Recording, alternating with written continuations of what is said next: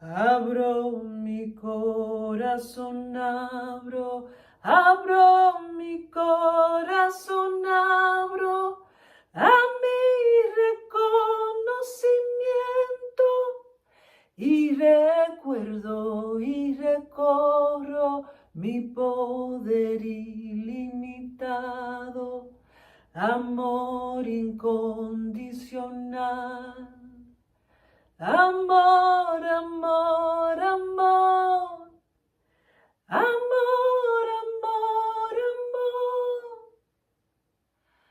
Abro mi corazón, abro mi corazón, abro a mi reconocimiento y recuerdo y recorro mi poder ilimitado, amor incondicional.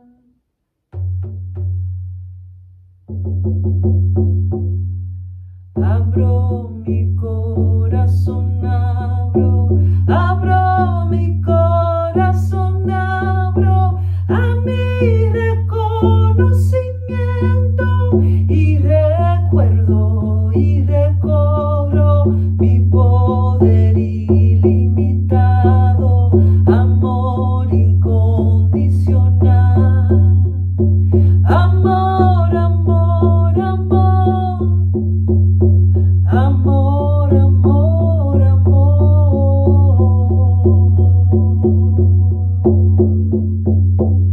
One more time.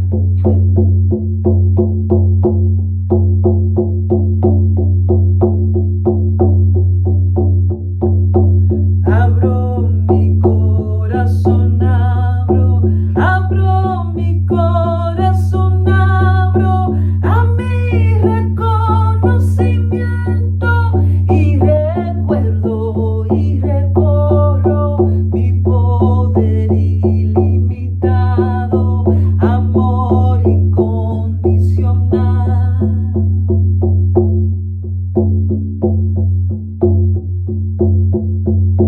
Amor, amor, amor. Amor, amor, amor. Amor, amor, amor.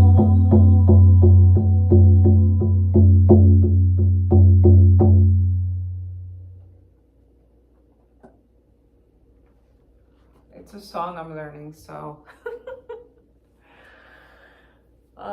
what the song is about is love. Amor, amor, amor. It's about opening up our hearts. Abro mi corazón. I open my heart. Abro mi corazón. Reconocimiento is remembering who we are, where we come from, remembering our power, reclaiming our power, and connecting to an infinite, divine, unconditional love. So that's my message for today. I started with the drumming. I thought that would be, switch it up. I think that's better to start with the drumming, and then I wanted to share a little passage from a book that I'm reading, You Are Here, Discovering the Magic of the Present Moment. I've been really resonating with a lot of Buddhist ideas and practices. This is by Thich Nhat Hanh. Hope I'm pronouncing that right.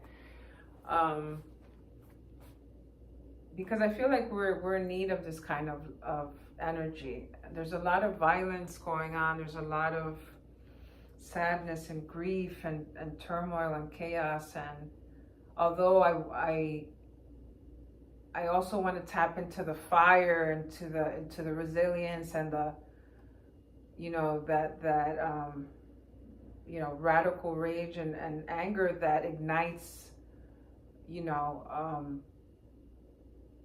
our collective force to fight these injustices. I also feel like we have to balance it out with more of these practices of grounding and centering and connecting to this loving energy, you know, to keep our, you know, to also tap into peace.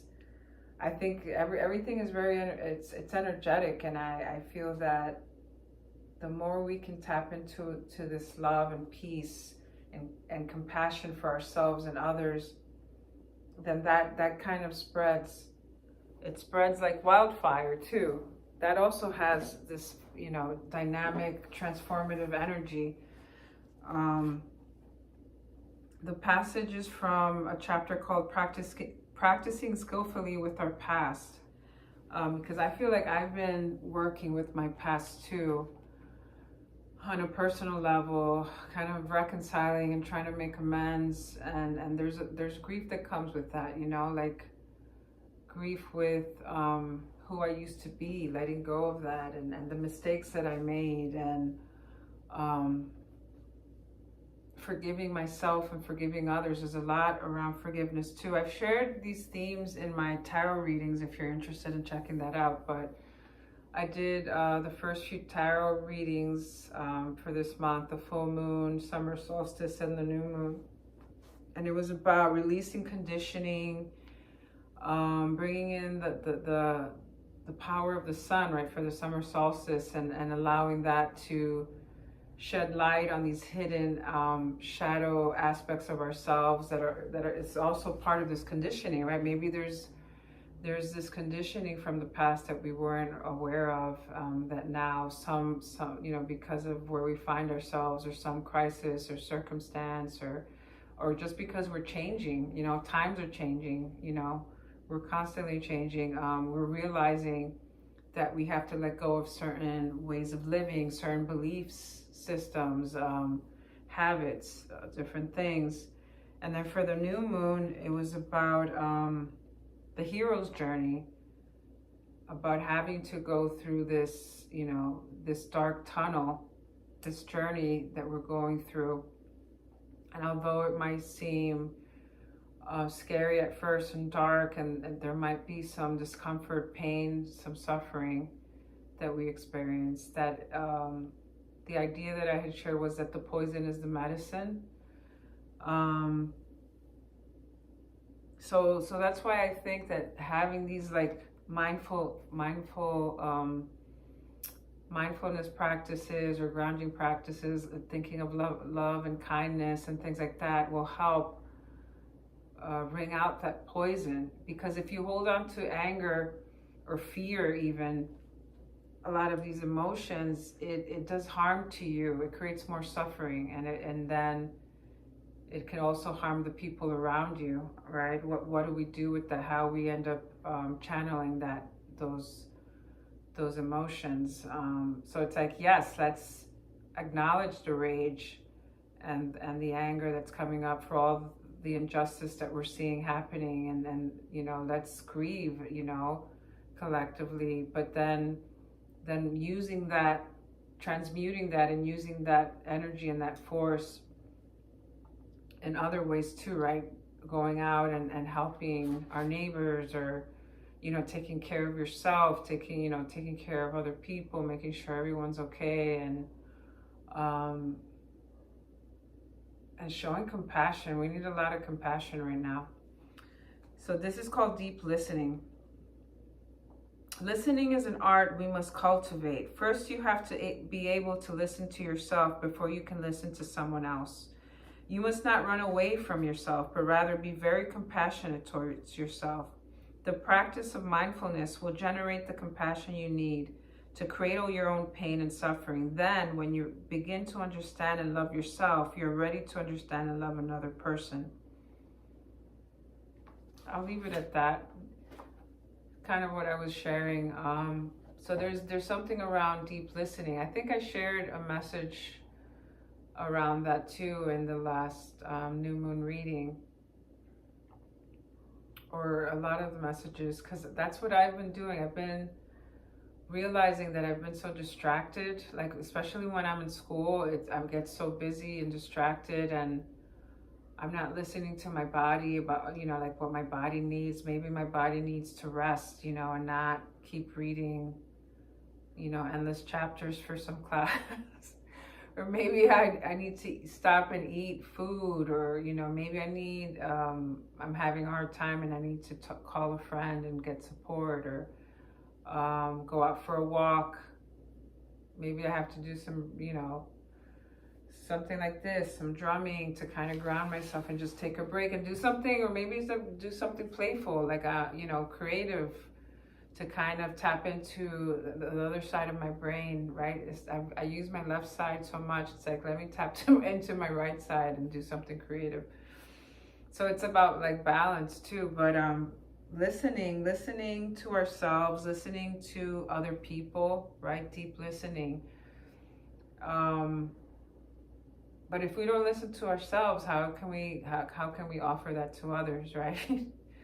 And that's also something I've been learning. The more I'm able to show love and compassion for myself and let go of certain things that I've been, like habits I've been trying to let go of, like perfectionism, or worrying about, you know, things, or getting caught up in, you know, negative thinking, that requires awareness, you know, and also compassion. Like, just it's like, okay, here I am now again, like thinking something that's creating more suffering for me. So instead of reprimanding yourself, or like perpetuating the negative thinking, you can show yourself love and compassion, like, oh, it's okay, you know, what is it that I need right now? You know, I need to maybe stop what I'm doing and rest, right? And maybe that's what's perpetuating the anxiety or the negative thinking, or whatever. And giving yourself, I also see it as almost like reparenting. Like, how would you treat a child? Like, how would I, you know, if I was a child, or if I had a child here that was, you know, scared or worried or anxious, like, how would I treat that child? So most of the times, right, we want to create safety, create a container for that child to feel safe. We co-regulate with the child, so we you know, we stay calm, and we create this calm energy and like this secure energy for the child, to also just compassion, right? So that the child, you know, knows that it's okay, that whatever they're feeling is okay, but that, you know, that they're safe, and then asking them, like, okay, well, what are you feeling, and what is it that you need right now? Sometimes they'll, oh, I'm hungry, or I just want to go home and rest. I'm tired, if you're in the playground, or whatever it might be. So I think that's a good place to start, listening.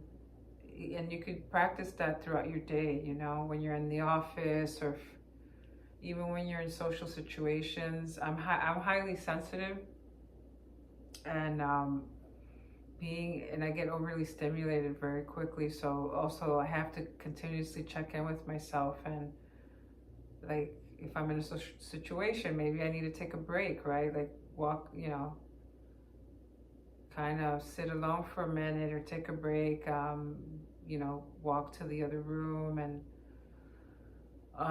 sit outside, whatever it might be. So just remember that. Show yourself some love. Open yourself up to your own heart.